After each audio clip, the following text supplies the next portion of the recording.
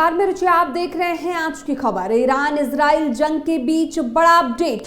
Israel से भारतीय लोग जाएंगे वापस। बड़ी खबर आपको बता रहे हैं, ईरान इजराइल जंग के बीच बड़ा अपडेट।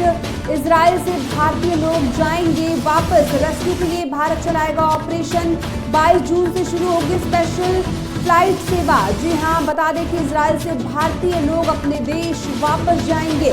बड़ा अपडेट आपको बता रहे हैं, ईरान इजराइल जंग के बीच इजराइल से भारतीय लोग वापस लाए जाएंगे। रेस्क्यू के लिए भारत चलाएगा ऑपरेशन। 22 जून से शुरू होगी स्पेशल फ्लाइट सेवा। बड़ी खबर आपको बता रहे हैं कि इजराइल से भारतीय लोग वापस लाए जाएंगे। इजराइल ईरान जंग के बीच बड़ा अपडेट सामने आया है, जहां इजराइल से भारतीय लोग जाएंगे वापस। बता दें कि भारत रेस्क्यू के लिए भारत चलाएगा ऑपरेशन। 22 जून से शुरू होगी स्पेशल फ्लाइट सेवा। भारतीय लोग अपने देश वापस जाएंगे। रेस्क्यू के लिए भारत चलाएगा ऑपरेशन। 22 जून से शुरू होएगी स्पेशल फ्लाइट सेवा। जी हां, आपको बता दें कि भारत जो है वो अपने लोगों को वापस लाने के लिए रेस्क्यू ऑपरेशन चलाएगा। 22 जून से शुरू होगी स्पेशल फ्लाइट सेवा। बता दें, रेस्क्यू के लिए भारत चलाएगा ऑपरेशन। 22 जून से शुरू होगी स्पेशल फ्लाइट सेवा। आपको बता दें कि इजराइल ईरान जंग के बीच बड़ा अपडेट सामने आया है, जहां इजराइल से भारतीय लोग वापस लाए जाएंगे। आपको बता दें कि रेस्क्यू के लिए भारत चलाएगा ऑपरेशन। 22 जून से शुरू होगी स्पेशल फ्लाइट सेवा, जिसके जरिए भारतीय लोगों को वापस लाया जाएगा। इस खबर पर और जानकारी देने के लिए हमारे संवाददाता अभिषेक हमारे साथ जुड़े हुए हैं। अभिषेक, इजराइल से भारतीय लोग वापस लाए जाएंगे, इसके लिए भारत जो है वो रेस्क्यू के लिए ऑपरेशन चलाएगा। जी, जिस तरह से देखिए इजराइल और ईरान के बीच में रुचि लगातार तनाव बढ़ता जा रहा है, युद्ध जैसा माहौल हो गया। लगातार विश्व एंट्री कर रहा है, चाहे अमेरिका हो चाहे रशिया हो, तो लगातार अब इजराइल और ईरान के बीच बहुत ज्यादा तनाव बढ़ चुका है। इसको देखते हुए भारतीय नागरिकों को वहां से वापस लाना भारत सरकार की जिम्मेदारी है। तो इसी के चलते भारत सरकार अब ऑपरेशन सिंधु चला रही है। उसके तहत कल रात 21 जून को 11:30 बजे दिल्ली हवाई अड्डे पे 290 भारतीय नागरिक वापस लाए गए हैं, जो कि ईरान से हैं, जो ईरान में रहते हुए पढ़ाई कर रहा था, कोई नौकरी कर रहा था। उन नागरिकों को दिल्ली लाया गया, जो सुरक्षित है। अब तक 1117 भारतीय नागरिक इजराइल और ईरान से आ चुके हैं, जिसको देखिए रुचि, अब देखिए भारत सरकार लगातार ऑपरेशन चलाएगी, क्योंकि अब देखिए आज 22 जून से सरकारें और फ्लाइटें भेजेंगी और वहां पे जो फंसे ईरान के अंदर 10,000 भारतीय फंसे हैं, उनको वापस लाने का काम करेगी। क्योंकि लगातार इजराइल और ईरान के बीच लगातार बम और मिसाइलें लगातार गिर रही है, कहीं भी सुरक्षित नहीं है, देश में कोई भी स्थान सुरक्षित नहीं। इसके लिए अब सरकार चाहती है कि जो वहां पे नागरिक है वो भारत लौट आए, क्योंकि यहाँ पे सुरक्षित है, यहाँ पे शांति जैसा माहौल है। वहां पे सुरक्षित नहीं है। जब वहां पे सुरक्षित हो, जब वहां पे ये सब मसला हल हो जाएगा, उसके बाद जो बच्चे वहां पे पढ़ाई कर रहे हैं, जो वहां पे रहते हैं नागरिक, वो फिर दोबारा ईरान और इजराइल जा सकेंगे। जी अभिषेक, जाहिर सी बात है, जिस तरह से माहौल इजराइल और ईरान के बीच में बना हुआ है, ऐसे में भारत रेस्क्यू ऑपरेशन चला रही है और इसके जरिए जो लोग वहां पे फंसे हुए हैं उनको अपने देश वापस लाने की कोशिश कर रही है।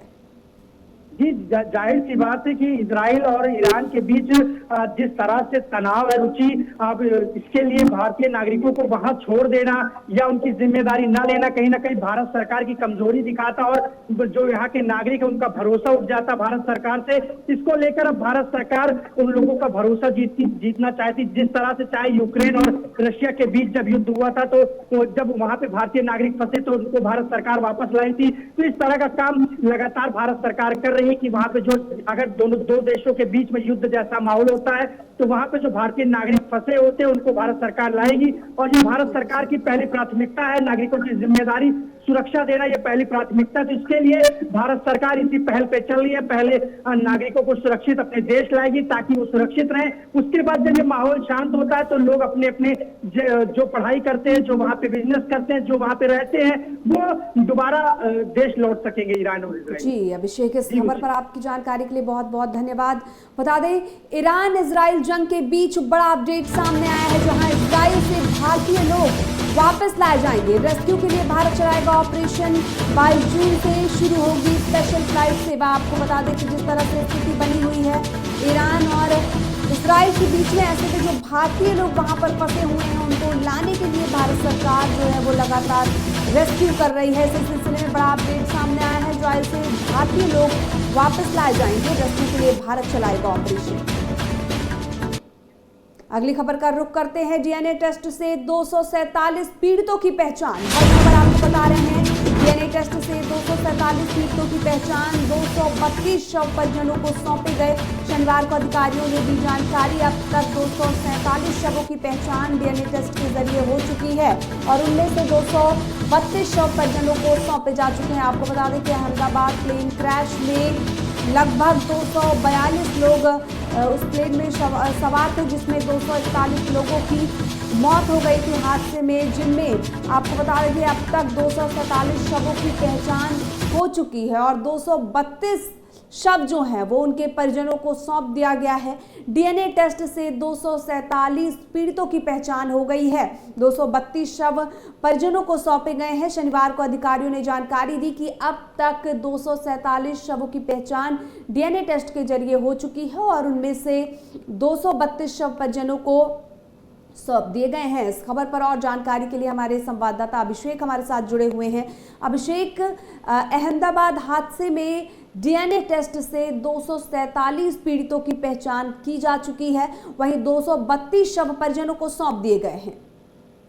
जी, जिस तरह से देखिए, जब 12 जून को अहमदाबाद में प्लेन क्रैश होता है, इतना भयानक होता है कि लोगों की जो बॉडी है वो डिवाइड हो जाती है, विभिन्न पार्टों में बट जाती है और वहां पे सैंपल इकट्ठा करना, लोगों को जो बॉडी पार्ट्स होते हैं उसको इकट्ठा करने में मुश्किल हो रही थी, पहचान करने में मुश्किल हो रही थी, जिसमें 270 लोगों की मौत हो गई। तो अब धीरे धीरे डीएनए टेस्ट हो रहे हैं लगातार। उनके जो संबंधी हैं, जो रिश्तेदार हैं, उनसे मिला के, उनके ब्लड टेस्ट करके और उनसे जो भी डीएनए टेस्ट के लिए सैंपल्स लिए जाते हैं उसको डॉक्टर्स ले रहे हैं, लगातार जांच कर रहे हैं, जिसमें 247 शवों की पहचान हो गई है और 232 जो शव है परिजनों को दे दिए गए हैं। जो अहमदाबाद के सिविल अस्पताल के मेडिकल सुपरिटेंडेंट है डॉक्टर राकेश जोशी, उन्होंने बताया कि 247 डीएनए सैंपल जो मिलान हो चुका है, जिसमें 187 भारतीय हैं, 52 ब्रिटिश के नागरिक है, 7 पुर्तगाली, 1 कैनेडियन नागरिक शामिल है। जिसमें जो भारतीय मृतक जो खास राज्यों के, उसमें गुजरात, राजस्थान, महाराष्ट्र, दीव और नागालैंड के लोग शामिल हैं। तो जिस तरह से देखिए, जब हादसा होता है तो आप रुचि, आप खबर जब हम लाइव दे रहे थे तो हम लोगों ने बताया था कि कितना भयानक हादसा था कि बॉडी पार्ट्स तक पहचानने में नहीं आ रहे थे, लोगों की पहचान नहीं हो पा रही थी। तो ये धीरे धीरे प्रोसेस चल रहा है, जैसे जैसे डीएनए सैंपल्स मैच हो रहे हैं, शव परिजनों को दिया जा रहा है, जिसमें 232 शव परिजनों को दे दिया गया है। लगातार देखिए, सबसे ज्यादा मौतें अब भारतीय नागरिकों की है, 187 भारतीय नागरिक उसमें मौजूद थे, उसके बाद 52 ब्रिटिशर थे। तो कहीं ना कहीं देखिए बड़ी संख्या में भारतीय नागरिकों की मौत हुई है, जिसको लेकर तो भारत सरकार लगातार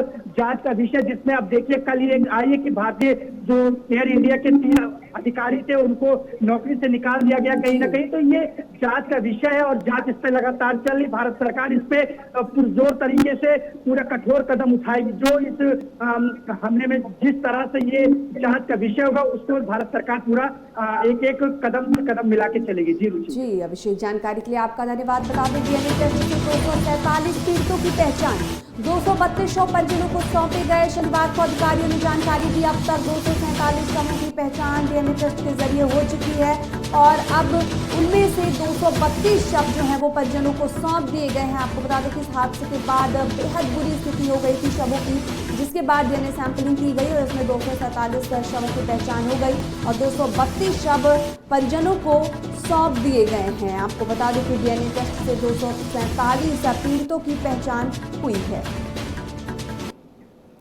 ईरान इजराइल युद्ध में अमेरिका की एंट्री, बड़ी खबर आपको बता रहे हैं। ईरान इजराइल युद्ध में अमेरिका की एंट्री, अमेरिका ने किया ईरान पर हमला। बता दें कि अमेरिकी राष्ट्रपति ने ट्वीट कर दी जानकारी, ईरान के 3 परमाणु ठिकानों पर हमला, फोर्डो, नातांज और एस्फहान पर हमला। बता दें कि फोर्डो में बम का पूरा पेट्रोल गिराया। अमेरिका के महान योद्धाओं को बहुत बधाई। अब शांति का समय, कोई सेना ऐसा नहीं कर सकती थी। बड़ी खबर आपको बता रहे हैं, इजराइल ईरान के हमले के बीच अमेरिका की एंट्री हो चुकी है। गोरखपुर दौरे पर मुख्यमंत्री योगी आदित्यनाथ। बता दें कि मुख्यमंत्री योगी आदित्यनाथ के गोरखपुर दौरे का आज तीसरा दिन। बड़ी खबर इस वक्त बता रहे हैं, मुख्यमंत्री योगी आदित्यनाथ गोरखपुर दौरे पर हैं और उनके गोरखपुर दौरे का आज तीसरा दिन है। सुबह मंदिर में करेंगे पूजा अर्चना और गौ सेवा, जनता दर्शन कार्यक्रम लगाएंगे मुख्यमंत्री योगी। फरियाद लेकर आए फरियादियों की फरियाद भी सुनेंगे। आपको बता दें कि सीएम योगी के गोरखपुर दौरे का आज तीसरा दिन है। मुख्यमंत्री लोगों की समस्याएं सुनेंगे। बड़ी खबर आपको बता रहे हैं, इस वक्त ही गोरखपुर दौरे पर है मुख्यमंत्री योगी आदित्यनाथ। गोरखपुर दौरे पर आज उनका तीसरा दिन। सुबह मंदिर में पूजा की अर्चना और गौ सेवा भी की। बता दें कि जनता दर्शन कार्यक्रम लगाएंगे मुख्यमंत्री योगी। फरियाद लेकर आए फरियादियों की फरियाद भी सुनेंगे। मुख्यमंत्री के द्वारा लगातार जनता दर्शन कार्यक्रम किए जाते हैं, जिसमें जुटकर फरियादियों से फरियाद की जाती है और उसका निस्तारण भी किया जाता है। इसी सिलसिले में सीएम योगी जनता की समस्याओं को भी सुनेंगे। गोरखपुर दौरे पर है मुख्यमंत्री योगी आदित्यनाथ। गोरखपुर दौरे का आज तीसरा दिन। सुबह मंदिर में करेंगे पूजा अर्चना और गौ सेवा, जनता दर्शन कार्यक्रम लगाएंगे मुख्यमंत्री योगी आदित्यनाथ।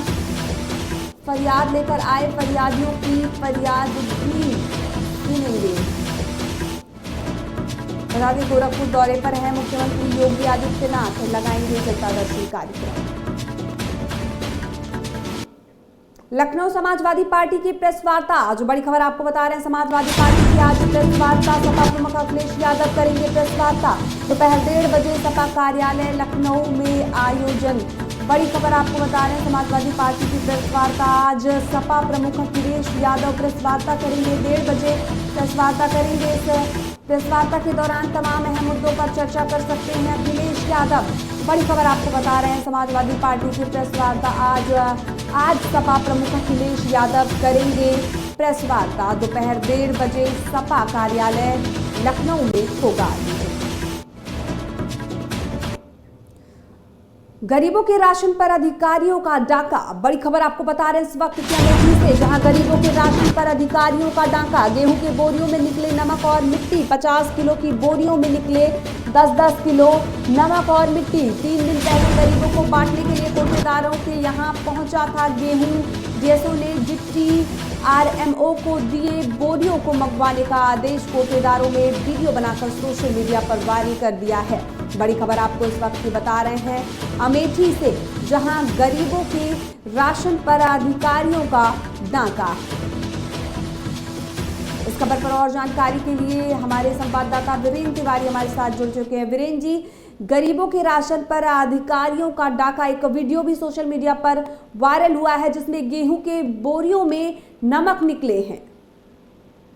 जी, मैं आपको बिल्कुल बता दूं कि जिस तरीके से इस बार गरीबों के राशन पे अधिकारियों का डाका पड़ा है, ऐसा नहीं है कि ये कहीं पहली बार है। ये पहले भी इस तरीके की घटनाएं सामने आ चुकी हैं, जिसमें गेहूं की बोरियों में कहीं मिट्टी होती थी या कंकड़ होता था। लेकिन इस बार अधिकारियों ने एक नया तरीका अपनाया है, जिसमें गेहूं की बोरियों में 8 से 10 किलो नमक डालकर और इस बार कोटेदारों को दिया गया है। जी वीरेंद्र जी, देखिए जिस तरह से ये वीडियो भी सामने आया है जिसमें साफ साफ नजर आ रहा है, कहीं ना कहीं देखा जाए तो गरीबों के हक को अधिकारियों के द्वारा मारा जा रहा है। जी मैं बिल्कुल बता दूं कि जिस तरीके से अधिकारियों ने इस बार अपना नया तरीका अपनाया है और गरीबों के जो राशन है उस पर डाका डालने का कहीं ना कहीं पूरा प्रयास किया गया है। कोटेदारों ने इसका वीडियो बनाकर और सोशल मीडिया पे इसको वायरल किया है और इसकी शिकायत जो है जिला अधिकारी को भी दिया गया है। जी वीरेंद्र जी, इस पर किस तरह की कार्रवाई की गई है इस पूरे मामले पर? जी, अभी खबर चलने तक अभी तक कोई कार्रवाई जिला अधिकारी के द्वारा नहीं ऐसा बयान जारी किया गया है। आगे जैसे बयान जारी होता है। जी वीरेंद्र जी, आपका बहुत बहुत धन्यवाद जानकारी के लिए। बता दें अमेठी में गरीबों के राशन पर अधिकारियों का डाका। गेहूं के बोरियों में निकले नमक और मिट्टी। 50 किलो की बोरियों में निकले 10-10 किलो नमक और मिट्टी। 3 दिन पहले गरीबों को बांटने के लिए कोटेदार के यहाँ पहुंचा था गेहूं। डीएसओ ने डिप्टी आरएमओ को दिए बोरियों को मंगवाने का आदेश। कोटेदारों ने वीडियो बनाकर सोशल मीडिया पर वायरल किया।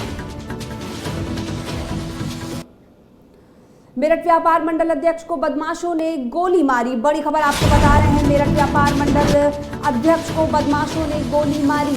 बाइक सवार 3 बदमाशों ने मारी गोली। गंभीर हालत में अस्पताल में कराया भर्ती। मौके पर पुलिस जांच पड़ताल में जुटी। मवाना थाना क्षेत्र कस्बे में हुई वारदात। बड़ी खबर आपको बता रहे हैं इस वक्त की कि व्यापार मंडल अध्यक्ष को बदमाशों ने गोली मारी। बाइक सवार 3 बदमाशों ने मारी गोली। गंभीर हालत में उन्हें अस्पताल में भर्ती कराया गया है।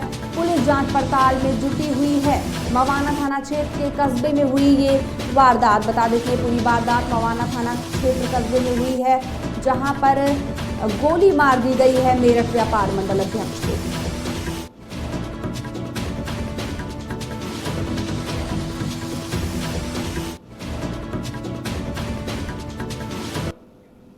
हरदोई से बड़ी खबर आपको बता रहे हैं, यूकेलिप्टस के बाग में मिला अज्ञात महिला का शव। बड़ी खबर आपको हरदोई से बता रहे हैं, जहां यूकेलिप्टस के बाग में मिला अज्ञात महिला का शव।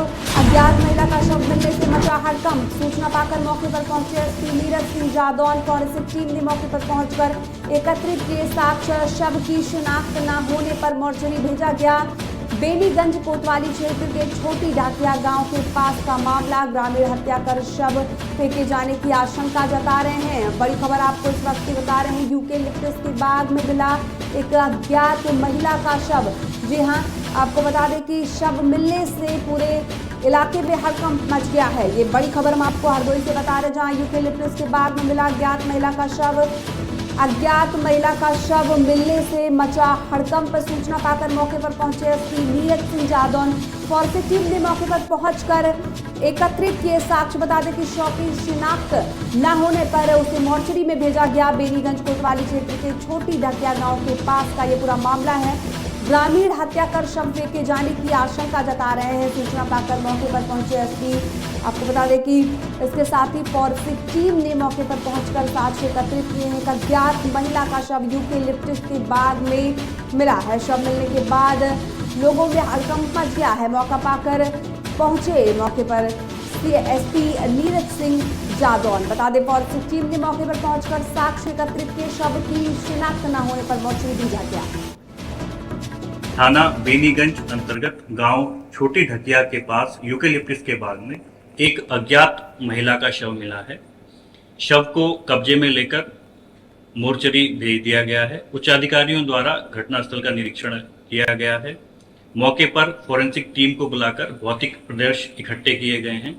शव की पहचान के प्रयास किए जा रहे हैं। बड़ी खबर आपको हरदोई से बता रहे, जहां यूकेलिप्टस के बाग में मिला अज्ञात महिला का शव। अज्ञात महिला का शव मिलने से मचा हड़कंप। सूचना पाकर मौके पर पहुंचे SP Neeraj Singh Jadaun forensic team ने मौके पर पहुंचकर एकत्रित किए साक्ष्य। शव की शिनाख्त न होने पर मोर्चरी भेजा गया। शव बेनीगंज कोतवाली क्षेत्र के छोटी ढाकिया गांव के पास की ये पूरी घटना हम आपको बता रहे हैं, जहां पर ग्रामीण हत्या कर शव को फेंके जाने की आशंका जता रहे हैं। अज्ञात महिला का शव मिला है। आपको बता दें यूकेलिप्टस के बाग में अज्ञात महिला का शव मिला है। शव की शिनाख्त फिलहाल नहीं हो पाई है और शव को मोर्चरी में रखवा दिया गया है। अगली खबर का रुख करते हैं। बड़ी खबर भोपाल से आ रही है, जहां पूर्व मुख्य सचिव इकबाल सिंह बैंस पर एफआईआर। बड़ी खबर आपको भोपाल से बता रहे हैं, जहां पूर्व मुख्य सचिव इकबाल सिंह बैंस पर एफआईआर। पूर्व विधायक पारस सकलेचा की शिकायत पर कार्रवाई। पोषण आहार योजना में गड़बड़ी का आरोप। 500 करोड़ रुपए के घोटाले को लेकर लोकायुक्त पुलिस ने कार्रवाई की है। जी हां, पूर्व विधायक पर एफआईआर। पोषण आहार योजना में गड़बड़ी का आरोप। पूर्व मुख्य सचिव इकबाल सिंह बैंस पर एफआईआर दर्ज कर दी गई है। बड़ी खबर आपको भोपाल से बता रहे हैं, जहां पूर्व मुख्य सचिव इकबाल सिंह बैंस पर एफआईआर। पूर्व विधायक पारस सकलेचा की शिकायत पर कार्रवाई।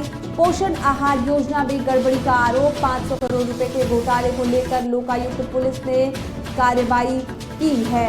बड़ी खबर आपको बता रहे हैं हम, भोपाल से, जहां पूर्व मुख्य सचिव इकबाल सिंह बैंस पर एफआईआर दर्ज कर ली गई है। पूर्व विधायक पारस सकलेचा की शिकायत पर कार्रवाई। पोषण आहार योजना में गड़बड़ी का आरोप। 500 करोड़ रुपए के घोटाले को लेकर लोकायुक्त पुलिस ने कार्रवाई की है। आपको बता दें, लोकायुक्त पुलिस ने 500 करोड़ रुपए के घोटाले को लेकर कार्रवाई की है। बड़ी खबर भोपाल से आपको बता रहे हैं, जहां पूर्व मुख्य सचिव इकबाल सिंह बैंस पर एफआईआर दर्ज कर ली गई है। पूर्व विधायक पारस सकलेचा की शिकायत पर कार्रवाई। पोषण आहार योजना में गड़बड़ी का आरोप। 500 करोड़ रुपए के घोटाले को लेकर लोकायुक्त पुलिस ने कार्रवाई की है।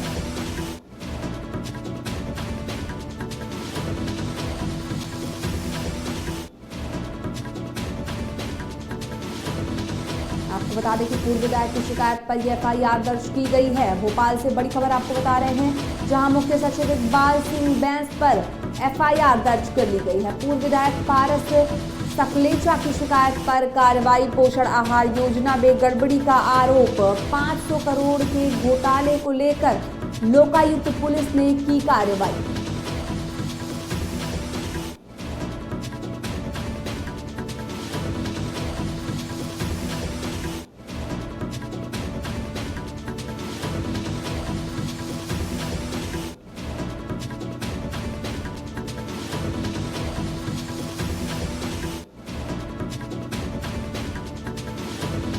भोपाल से बड़ी खबर आपको बता रहे हैं, जहां मुख्य सचिव इकबाल सिंह बैंस पर एफआईआर दर्ज कर ली गई है। पोषण आहार योजना में गड़बड़ी का आरोप, जिसके चलते एफआईआर दर्ज की गई है। पूर्व विधायक ने उनके ऊपर शिकायत की, जिसके बाद एफआईआर दर्ज की गई है।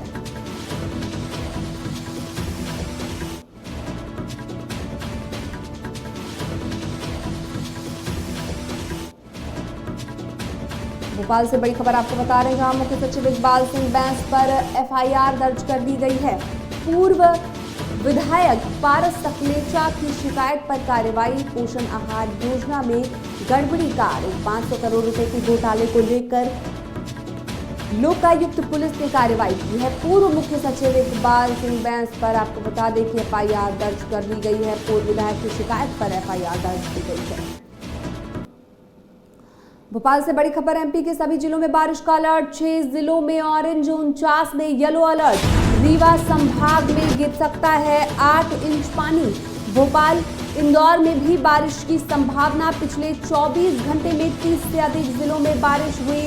गुना में सबसे ज्यादा 2.5 इंच पानी गिरा। एमपी में साइक्लोनिक सर्कुलेशन और ट्रफ भी सक्रिय। प्रदेश के अलग अलग जिलों में आज कहीं तेज तो कहीं हल्की बारिश। आपको बता दें कि भोपाल में बारिश को लेकर के अलर्ट जारी किया गया है। कहीं ऑरेंज तो कहीं येलो अलर्ट जारी किया गया है। आपको बता दें कि भोपाल से हम बड़ी खबर आपको बता रहे हैं, जहां मध्य प्रदेश के सभी जिलों में बारिश का अलर्ट जारी है।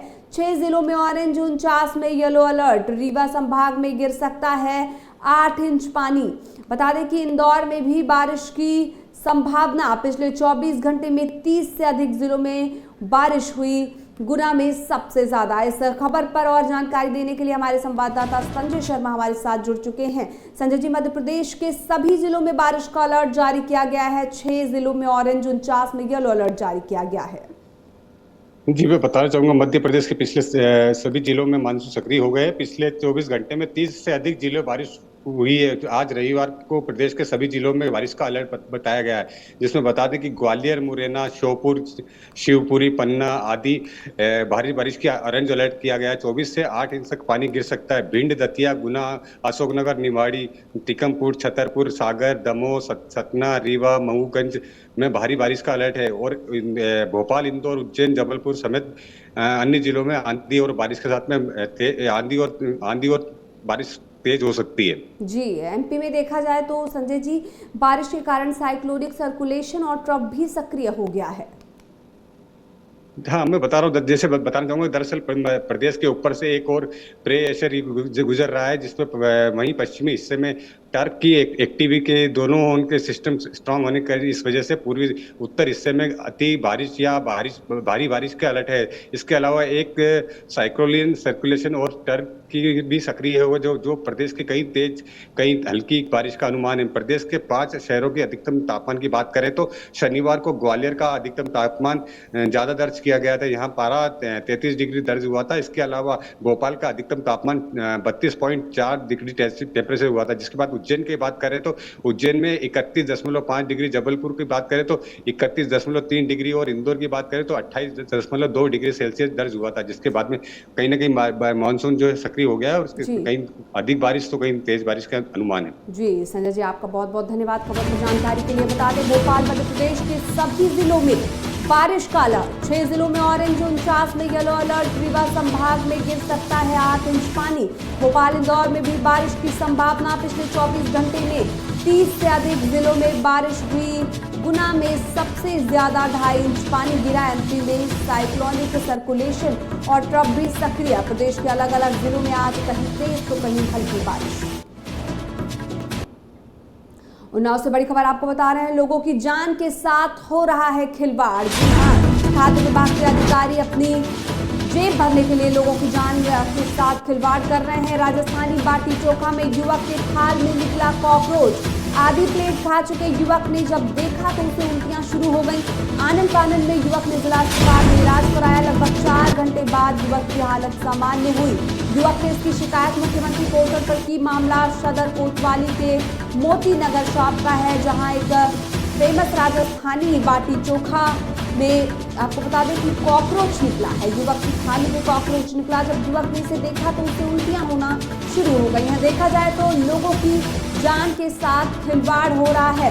खाद्य विभाग की कहीं ना कहीं देखा जाए तो मिलीभगत, अपनी जेब भरने के चक्कर में इस तरह की लापरवाही जो है वो सामने आ रही है, जिसके चलते लोगों की जान के साथ खिलवाड़ हो रहा है। राजस्थानी बाटी चोखा में युवक के थाल में निकला कॉकरोच। आधी प्लेट खा चुके युवक ने जब देखा तो उसे उल्टियां शुरू हो गई। आनंद फानंद में युवक ने जिला अस्पताल में इलाज कराया। लगभग 4 घंटे बाद युवक की हालत सामान्य हुई। युवक ने इसकी शिकायत मुख्यमंत्री पोर्टल पर की है।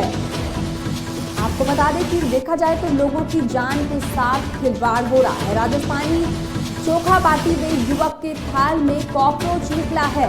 आधी प्लेट खा चुके युवक ने जब देखा तो उसे उल्टियां होना शुरू हो गई हैं। युवक ने जिला अस्पताल में अपना इलाज कराया। करीब 4 घंटे बाद युवक की स्थिति सामान्य हुई। आपको बता दें कि कहीं ना कहीं देखा जाए तो आए दिन इस तरह की चीजें देखने को मिल रही हैं। लोगों के साथ, लोगों की जान के साथ खिलवाड़ हो रहा है। बता दें कि राजस्थानी बाटी चोखा काफी ज्यादा फेमस है, जहां पर युवक के थाल में कॉकरोच निकला है।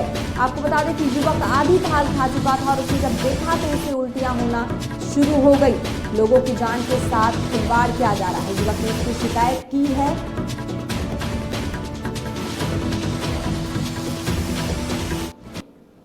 जापान के होक्काइडो तट पर 6 तीव्रता पर भूकंप आया। बड़ी खबर आपको बता रहे हैं, जापान के होक्काइडो तट पर 6 तीव्रता का आया भूकंप। होक्काइडो द्वीप के दक्षिण पूर्वी नेमुरो प्रायद्वीप पर आया भूकंप। सुनामी की भविष्यवाणी के बीच समुद्र में आया शक्तिशाली भूकंप। रिक्टर स्केल पर रही इतनी ज्यादा तीव्रता रही है दहशत में लोग। आपको बता दें कि जापान में महसूस किए गए भूकंप के झटके। जी हां, आपको बता दें कि भूकंप सुनामी की भविष्यवाणी के बीच जापान में भूकंप। जापान के होक्काइडो तट पर 6 तीव्रता का आया भूकंप। होक्काइडो द्वीप के दक्षिण पूर्वी नेमुरो प्रायद्वीप पर आया भूकंप। सुनामी की भविष्यवाणी के बीच समुद्र में आया शक्तिशाली भूकंप। रिक्टर स्केल पर नापी गई तीव्रता दहशत में लोग। गुजरात में 8000 से ज्यादा ग्राम पंचायतों के लिए आज वोटिंग हो गई है। इनमें से 751 ग्राम पंचायतों को समृद्ध घोषित किया गया। आज 81 लाख मतदाता अपने मताधिकार का इस्तेमाल कर रहे हैं। गुजरात भर में आज ग्राम पंचायत चुनाव हो रहे हैं, जिसमें 8000 ग्राम पंचायतों के आम चुनाव होने थे, जबकि 353 ग्राम पंचायतों को चुनाव होने हैं। तो पूरे चुनाव में कुल 81 लाख मतदाता अपने गांव के लिए उपायुक्त, सरपंच चुनने के लिए मताधिकार का प्रयोग करेंगे। गुजरात में कुल 8000 सरपंच पदों के लिए आम चुनाव होंगे। सुबह 7 बजे से शाम 6 बजे तक हुआ मतदान। इस चुनाव में कुल 81 लाख मतदाता अपने मताधिकार का प्रयोग करेंगे। गुजरात में ग्राम पंचायत चुनाव के लिए चुनाव आयोग द्वारा राज्य भर में कुल 10,479 मतदान केंद्रों की व्यवस्था की गई है। अब तक गुजरात में कुल 751 ग्राम पंचायतों में पूरी तरह से निर्विरोध निर्वाचन हुआ है। अब आज कुल 16,224 सदस्य सीटों के लिए आम चुनाव होंगे। चुनाव आयोग ने राज्य भर में 3,939 मतदान केंद्रों को संवेदनशील घोषित किया है, जबकि 36 मतदान केंद्रों को अति संवेदनशील घोषित किया गया है। इस खबर पर और जानकारी के लिए हमारे स्टेट हेड हरीश डांग हमारे साथ जुड़ चुके हैं। हरीश जी, ग्राम पंचायत का चुनाव हुआ, किस तरह से उत्साह देखने को मिला लोगों में? आज करीब सुबह 6 बजे से लोगों में काफी उत्साह है ग्राम पंचायतों के चुनाव के लिए, और 8,000 से ज्यादा सरपंच की जो चुनावी कैरियर है उनका फैसला आज मतदान करेंगे। तो लोग 6 बजे से कतार में खड़े हैं और कई जगह कई मतदान बूथ पर बारिश भी है, तो लोग बारिश में भी वोटिंग करने के लिए आए हैं। जी 8,000 से ज्यादा ग्राम पंचायतों के लिए आज वोटिंग हुई है। हरीश जी, किस तरह की व्यवस्था दिखी पुलिस प्रशासन की? खास करके स्पेशल बूथ किए गए हैं और मोबाइल फोन को रखने के लिए एक अलग डेस्क बनाया गया है, और लोग महिलाएं और पुरुष लंबी लंबी कतार में लाइनबद्ध कतार में खड़े हैं और शिस्तबद्ध तरीके से वोटिंग कर रहे हैं, और शांतिपूर्ण मतदान हो रहा है, और काफी तादाद में पुलिस फोर्स तैनात की गई है। जी हरीश जी, देखा जाए तो 81 लाख मतदाता अपने मताधिकार का आज इस्तेमाल कर रहे हैं, तो देखिए मतदाताओं की संख्या काफी ज्यादा अधिक है।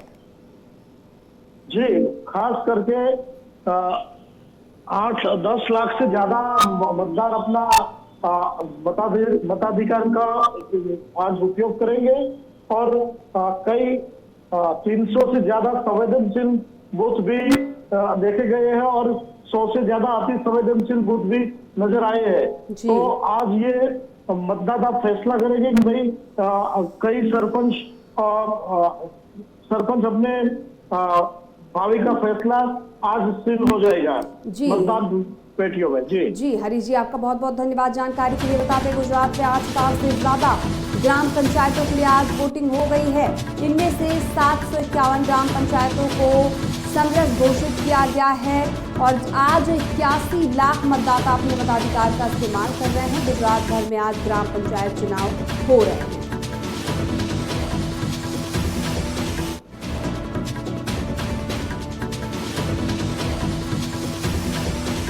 आपको बता दें कि शांतिपूर्ण मतदान के लिए कड़ी सुरक्षा व्यवस्था की गई। मतदाताओं की संख्या काफी अधिक है। ग्राम पंचायत चुनाव में काफी भारी उत्साह देखने को मिला।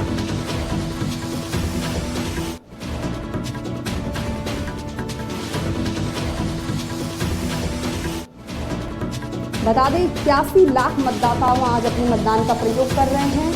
आपको बता दें कि काफी ज्यादा भारी उत्साह देखने को मिला मतदाताओं में। उत्तर प्रदेश के बागपत में ट्रेन में सीट को लेकर 39 साल के दीपक की पीट कर हत्या। बड़ी खबर आपको बता रहे हैं कि बागपत में ट्रेन में सीट को लेकर 39 साल के दीपक की पीट कर हत्या।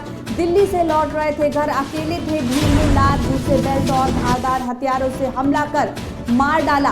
दीपक दिल्ली में नौकरी करते थे। शुक्रवार को दिल्ली से बागपत स्थित घर आ रहे थे। 15-20 हमलावर 3 वीडियो सामने आए और खेकड़ा स्टेशन पर ट्रेन रुकते ही भाग गए। आरोपी मृतक दीपक 2 बच्चों का पिता, घर का इकलौता बेटा था।